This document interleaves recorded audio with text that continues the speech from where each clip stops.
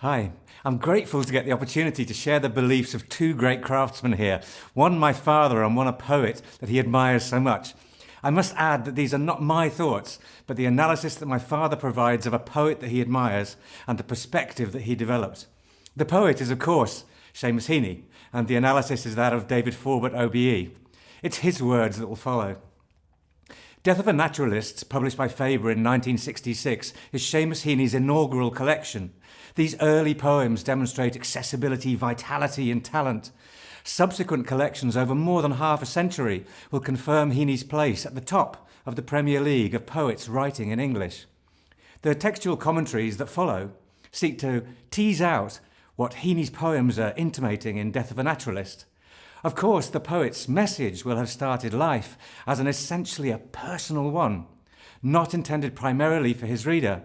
Accordingly, there are moments when some serious unravelling is required. In the case of a poet as accomplished, complex and focused as Heaney, the rewards for persevering are at once enriching, fortifying and hugely pleasurable. There are issues too, beyond the text, the whole text and nothing but the text. There is the question of style, that is the combination of language and poetic devices deliberately selected by the poet to carry his narrative forward. Then there is the matter of Heaney's appeal to the ear, the poem intended as a song to be heard and enjoyed, or to the mind's eye, a picture to be seen and felt. These issues are explored in individual commentaries and summarised at the end. The following introductory notes, textual surveys and footnotes are largely personal to my father. The approach is not calculated to promote any particular viewpoint. The publication of his first collection of poetry, the birth of his first child Michael, after a year of marriage to Marie, née Devlin, and his earlier appointment to Queen's University Belfast as an English lecturer make 1966 a significant year. In the later collection, North, of 1975, Heaney's singing school reflects on this earlier stage of his life, particularly his search for a publisher to bring his poetry to a wider audience than that of his close circle of poets, friends and academics.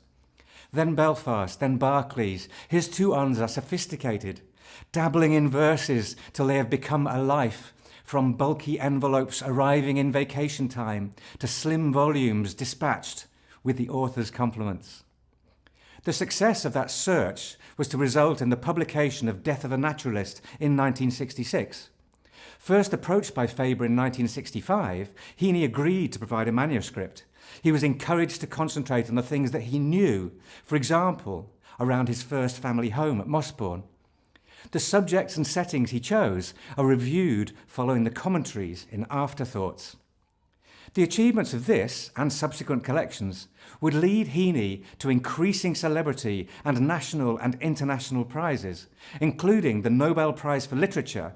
The Swedish Academy elects just one literary laureate annually from across the globe. It was awarded in 1995.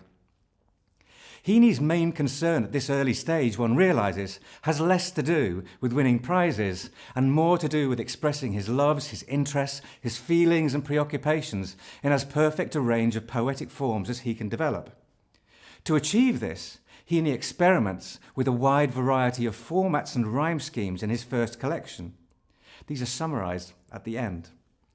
Death of a Naturalist is the starting grid on Heaney's road from parochial to international recognition. The collection received the Somerset Maugham Award of 1967. There were challenges and dilemmas of years prior to publication. In 1960, Heaney is 21 years of age. He's single and will marry 5 years later. He has enjoyed all the rural Irishness of his 1940s and 1950s farming background, first at Mossbourne and then at the Wood near Bellaghy, to which the family moved after the loss of brother Christopher in 1953. Thanks to educational opportunities, he made excellent use of a privileged, largely classical education. At school, he was particularly successful at Latin. He possesses all of the uncertainty of young men with bright futures seeking to make their way. He needs to earn a living. He's interested in teaching.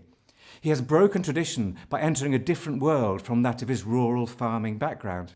He graduated from Queen's University Belfast in 1961, enjoying its contingent undergraduate and postgraduate city life. He's potentially middle class and in search of a career. He is the first writer in the family. He is already aware, perhaps, of the possibility of using an interim teaching position as a springboard to a full-time writing career. He is already seeking to confirm the legitimacy of his own language, place and voice, as Michael Parker says in Seamus Heaney, The Making of a Poet, on page 41. He possesses a deep sense of his nationality, plus the recognition that he belongs to a particular social and ethnic grouping, the Northern Irish Catholic minority. Reflecting later on this aspect, he suggests that he was subject to the usual old Northern Ireland reminders that I'd better mind my Fenian manners. Tracing his evolving responses to the political situation back to his childhood roots, he states, even though there was no sectarian talk or prejudice at home, there was still an indignation at the political status quo. And later he says, there was no very intense Republican motive operating within me or my family, more your typical nationalist minority standoff from Unionists. His feelings would appear to harden after the events of Bloody Sunday in 1972. In the early 60s, however, he is in need of friends and mentors of all political and religious shades who share his interest in the creative arts and will help him along the way. Although it's not a principal theme in the collection, Michael Parker also refers to Heaney's acute sense of the sacred. Heaney comments on the sudden acceleration in his progress via 3 major developments in 3 years. He commits to poetry, to marriage and to lecturing, making 1966 his Annus Mirabilis. Along the road to publication, Heaney opted for teaching and became influenced by Michael McLafferty, head of the Ballymurphy School, where he was sent to practice. 62-63 marked a turning point. Heaney seems not to have come to terms with secondary teaching, so registered for a postgraduate course at Queen's University. October 63 brought him a lecturing post in further or higher education. Heaney will contribute 7 poems to Death of a Naturalist that celebrate his relationship with Marie Heaney, née Devlin. Michael Parker offers a profile. The couple met in October 1962 at a party in the Queen's University chaplaincy. Her family possessed a strong Irish Catholic identity, but without sectarian bigotry or prejudice. Her strong sensual and instinctual nature made her an ideal partner for Heaney. They married in August 65, honeymooned in London. Their first child, Michael, was born very shortly after the publication of Death of a Naturalist in 66. Sometime after July 1962, Heaney responded to a letter from a Philip Hobsbawm, who had encountered some of his poetry. This was an important step. Hobsbawm had taken up a lectureship at Queen's University. He sought to set up a poetry group akin to one he had previously established in London. His search for talented and creative people drew together 18 or so individuals whose weekly meetings began in November of 63, named the group. It assembled at the Hobsbawms, 5 Fitzwilliam Street in Belfast. Meetings contained readings and critical responses to the poetry of other members.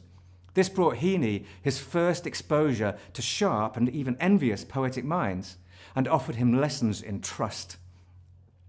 The Viking voice in his later poem North would spell out the importance of trust for Heaney's poetic development.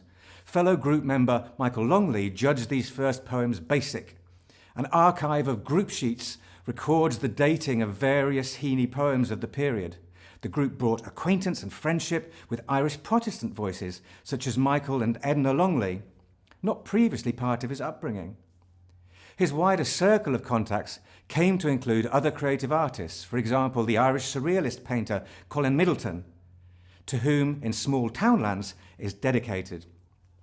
Michael Parker summarises Hobsbawm as an immensely important figure in Heaney's development as a poet, another literary father, a loyal and generous friend.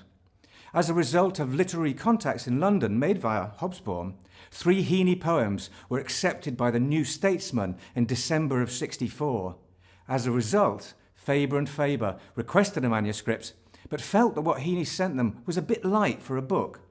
They held the door open for the manuscript submitted by Heaney in summer of 65 and accepted it. Now, Heaney was in business.